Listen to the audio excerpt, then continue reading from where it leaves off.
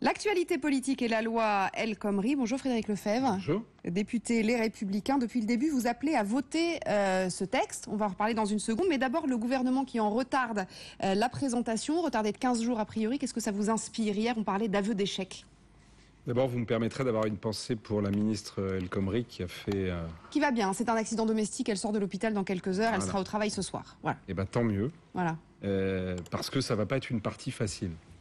Et ça va pas être une partie facile parce que dans notre pays, malheureusement, souvent, alors qu'on sait ce qu'on doit faire, alors que la droite et la gauche, d'ailleurs, ont travaillé sur ces questions, il y a des rapports qui sont issus des différentes formations politiques, il y a toujours, au nom du cynisme électoral, des idéologies, un certain nombre de gens qui veulent tout bloquer.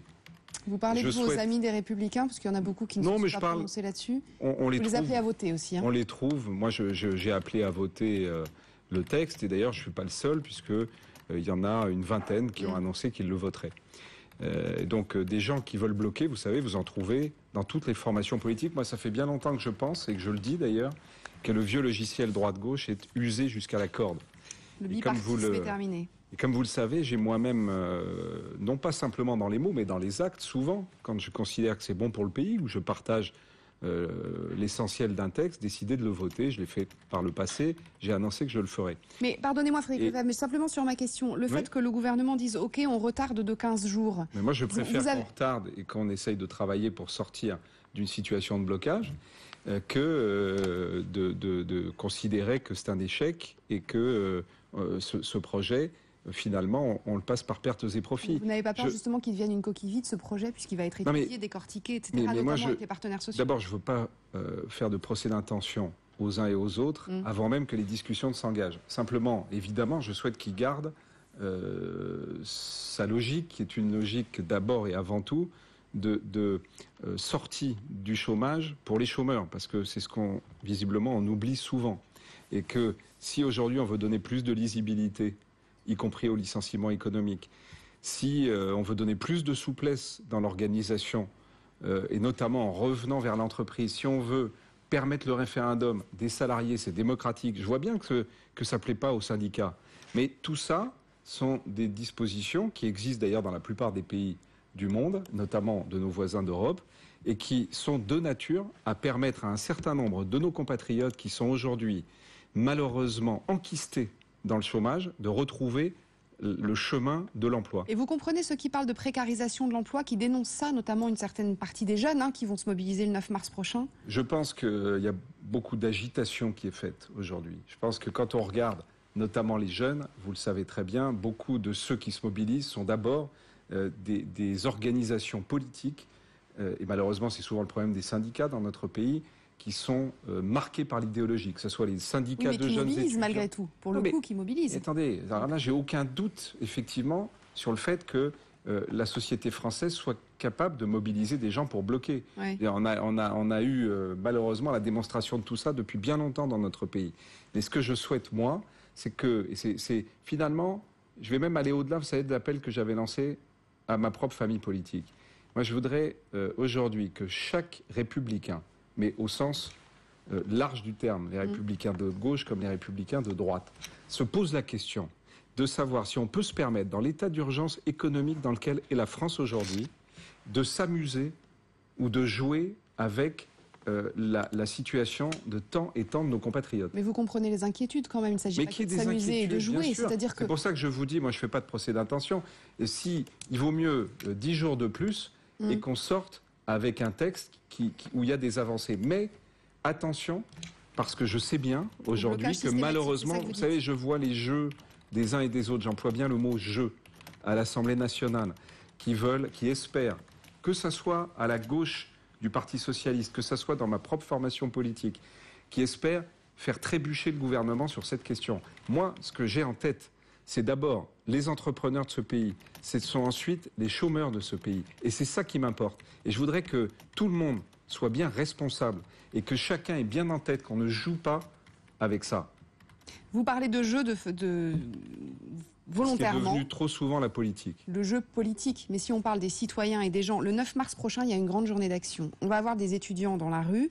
On sait que c'est pas bon d'avoir les jeunes dans la rue pour le gouvernement en place, notamment à 1 an de la présidentielle. La RATP également, le syndicat Sud appelle à la mobilisation. Ça va faire boule de neige. Il n'y a pas que les politiques qui font le jeu, justement, politique que vous pardonnez-moi, dénoncez. mais est-ce que, vous savez, moi, vous l'avez rappelé, je suis l'élu, notamment, des Français qui sont aux États-Unis et au Canada. Savez-vous qu'en nombre de jours de grève par travailleur, aux États-Unis, il y a plus de jours de grève qu'en France. Sauf que la grande différence, c'est que les syndicats là-bas, ils se battent pour les salariés et pour leur intérêt. Alors que malheureusement, je dois le dire parce que c'est la vérité, les syndicats dans notre pays, que ce soit d'ailleurs les syndicats étudiants, que ce soit les syndicats de salariés, sont pour la plupart politisés.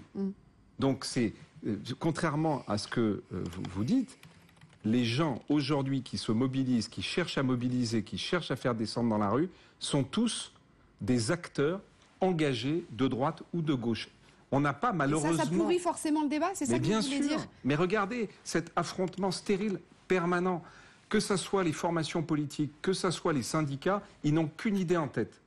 C'est d'essayer de manière artificielle de faire vivre ce logiciel droite-gauche qui n'existe plus. J'étais au Salon de l'Agriculture ce matin.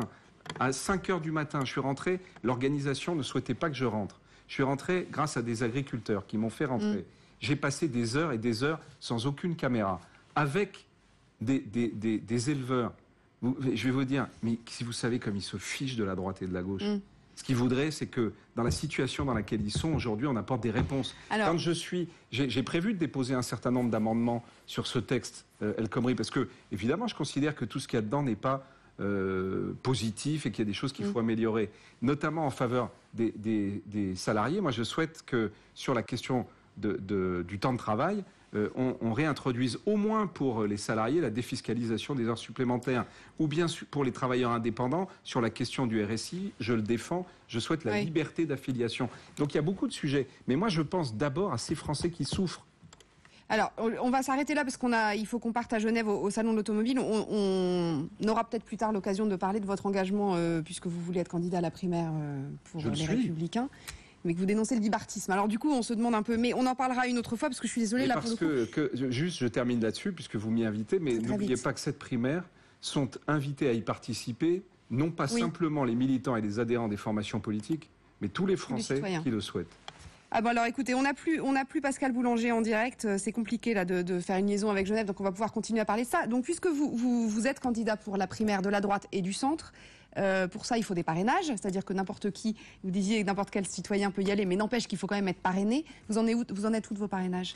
Alors là encore, vous savez, vous allez comprendre, moi je suis cohérent. J'ai lancé un appel à tous les élus, tous les citoyens, quel que soit leur engagement politique, qu'ils soient dans ma famille politique, qui soit dans d'autres familles politiques de l'opposition, qui soit même dans n'importe quelle famille politique ou qui ne soit pas engagés en politique, je les appelle à soutenir cette nouvelle attitude politique française que je souhaite. Je l'ai décrite tout à l'heure, c'est-à-dire qu'on cesse les guéguerres stériles et surtout artificielles. Mais vous gardez l'étiquette des Républicains, c'est ça qu'on a du mal à comprendre. Vous dites le bipartisanisme. Mais je ne suis pas en train de dire que les partis politiques n'ont aucune utilité.